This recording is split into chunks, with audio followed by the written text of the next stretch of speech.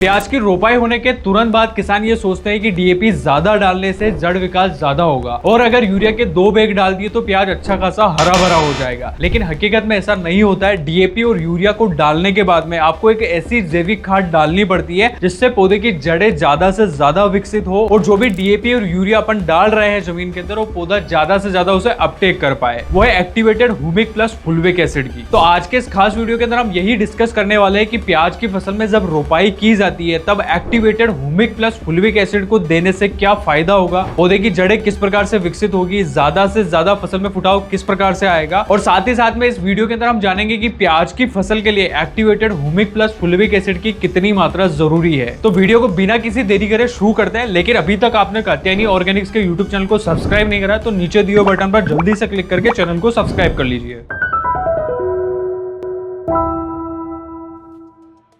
तो किसान तो वीडियो को शुरू करते हैं और बात करते हैं सबसे पहले टॉपिक के बारे में कि आखिर में ह्यूमिक एसिड प्याज की फसल में क्या काम करता है। लेकिन उससे पहले आपने प्याज खेती सीरीज का पिछला वीडियो जो पहला स्प्रे हमने बनाया था वो चेक नहीं करा है तो जल्दी से जाके चेक कीजिए और कमेंट बॉक्स में ये जरूर बताएं कि आप प्याज खेती सीरीज में अगला वीडियो किस विषय पे देखना चाहते हो। किसान मित्रों, प्याज की जो फसल रहती है ना उसके अंदर ह्यूमिक एसिड सबसे पहला और सबसे जरूरी काम जो है वो ये करता है कि ये प्याज की सफेद जड़ें जो रहती है ना उन्हें विकसित करने में मदद करता है। और ये जो सफेद जड़ें रहती ना यही जमीन से ज्यादा पोषक ग्रहण करती है और जितने भी नाइट्रोजन, फास्फोरस और पोटाश जो अपन बुआई के समय डालते हैं या फिर बेसल डोज के अंदर उपयोग में लेते हैं ना उनको उपलब्ध करवाने में मदद करती है। या फिर यूं कहूं कि उन्हें अपटेक करने के लिए ये सफेद जड़ें ही सबसे ज्यादा काम करती है। तो ये जो ह्यूमिक एसिड रहता है ना ये इन्हीं सफेद जड़ों का विकास करता है। और आपने अक्सर देखा होगा कि प्याज की रोपाई के समय जो भी अपन बेसल डोज देते हैं ना उसमें डीएपी हो, यूरिया हो, पोटाश हो, जो भी अपन जमीन के अंदर डालते हैं ना उसका पूरा हिस्सा जो रहता है ना वो पौधा ग्रहण नहीं कर पाता है।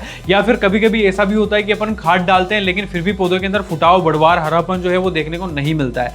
तो वो इसी कारण से होता है कि पौधे की जो सफेद जड़ें रहती है ना वो ज्यादा विकसित नहीं हो पाती है। और अगर सफेद जड़ें ही अच्छे से विकसित नहीं होगी तो पौधा जमीन से न्यूट्रिएंट जो है वो अच्छे से अपटेक नहीं कर पाएगा। तो कुल मिला के बात यही है कि आपको ह्यूमिक एसिड जो है वो प्याज की रोपाई के समय जो भी आप बेसल डोज दे रहे हैं उसके साथ में मिला के दे सकते हो। यानी कि डीएपी, यूरिया, फिर पोटाश जो भी आप मिक्स करके दे रहे हो उसके साथ में 2 किलो प्रति एकड़ के हिसाब से ह्यूमिक एसिड उसके साथ में मिक्स करके जमीन के माध्यम से उपयोग में ले सकते हो। या फिर प्याज की फसल के अंदर जब पहला पानी जाता है उस समय आप जो भी खाद डालते हो, चाहे वो यूरिया हो या फिर डीएपी हो, आप जो भी खाद डालते हो उसके साथ में ह्यूमिक एसिड को अच्छे से मिक्स करके जमीन के माध्यम से उपयोग में ले सकते हो, जिससे पौधा जो है अच्छे से अपटेक भी कर पाएगा और पौधे के अंदर आपको शुरुआती दौर से ही अच्छा फुटाव और बढ़वार जो है वो देखने को मिलेगा। उसके अलावा ह्यूमिक एसिड दूसरा सबसे बड़ा काम ये करता है कि ये जमीन के अंदर नमी जो रहती ना उसे ज्यादा दिनों तक बनाए रखता है, जिससे पौधे के अंदर हरापन भी अच्छा देखने को मिलता है और पौधे की जो जड़ें रहती है वो अच्छे से विकसित हो पाती है और साथ ही साथ में जो भी न्यूट्रिएंट है ना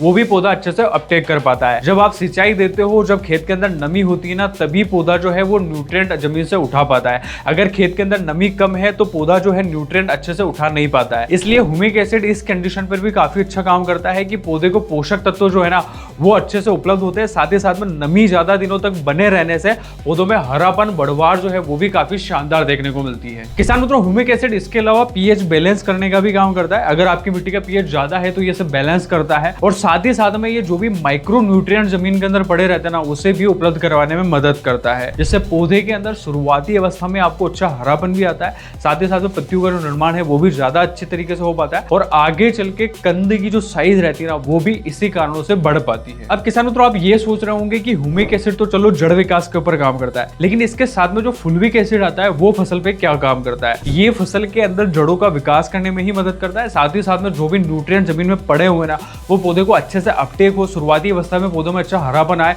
बढ़वार ज्यादा से ज्यादा हो, उसके लिए मदद करता है। अब किसान मित्रों, बात आती है कि ह्यूमिक एसिड को प्याज की फसल में कौन सी अवस्था पर उपयोग में लेना चाहिए और कितनी मात्रा में देना चाहिए। आपको ह्यूमिक एसिड जो है वो बुआई में यानी कि बेसल डोज में ही उपयोग में ले लेना है, जिससे क्या होगा कि पौधे की जो जड़ें है ना, प्याज की जो जड़ें है वो अच्छे से सेट हो पाएगी, नई सफेद जड़ें जो है वो जमीन में ज्यादा से ज्यादा फैल पाएगी। और अगर आप ह्यूमिक एसिड को बेसल डोज में नहीं दे पाए ना तो आप इसे पहली खाद में, जब प्याज की रोपाई हो जाती है उसके 20-25 दिन के बाद में अपन एक खाद और उपयोग में लेते हैं, उसके साथ में मिला के भी उपयोग में ले सकते हो। इस समय भी यह पौधे की जड़ों का विकास करने में मदद करेगा और पौधे के अंदर फुटाव जो है वो तेज गति से बढ़ाएगा। अब रही बात इसके उपयोग की मात्रा की, तो आप इसे जमीन के माध्यम से 2 किलो प्रति एकड़ के हिसाब से उपयोग में लीजिए, जिससे क्या होगा ना, इसका डोज जो रहेगा वो पौधे को समान मात्रा में उपलब्ध हो पाएगा और साथ ही साथ में बढ़वार जो है वो शुरुआती अवस्था में आपको काफी शानदार देखने को मिलेगी। तो किसान मित्रों, यही थी जानकारी कि प्याज की फसल में ह्यूमिक एसिड क्या काम करता है, इसको देने से क्या फायदा होगा। साथ ही साथ में हमने ये भी जान लिया है कि प्याज की फसल में इसे कब उपयोग में लेना चाहिए और कितनी मात्रा में देना चाहिए। वीडियो में दी गई जानकारी आपको अच्छी लगी है तो इसे लाइक करें। अभी भी चैनल को सब्सक्राइब नहीं करा है तो जल्दी से चैनल को सब्सक्राइब कर लीजिए। साथ ही साथ में वीडियो के संबंध में कुछ भी डाउट हो तो कमेंट बॉक्स में जरूर बताएं। धन्यवाद।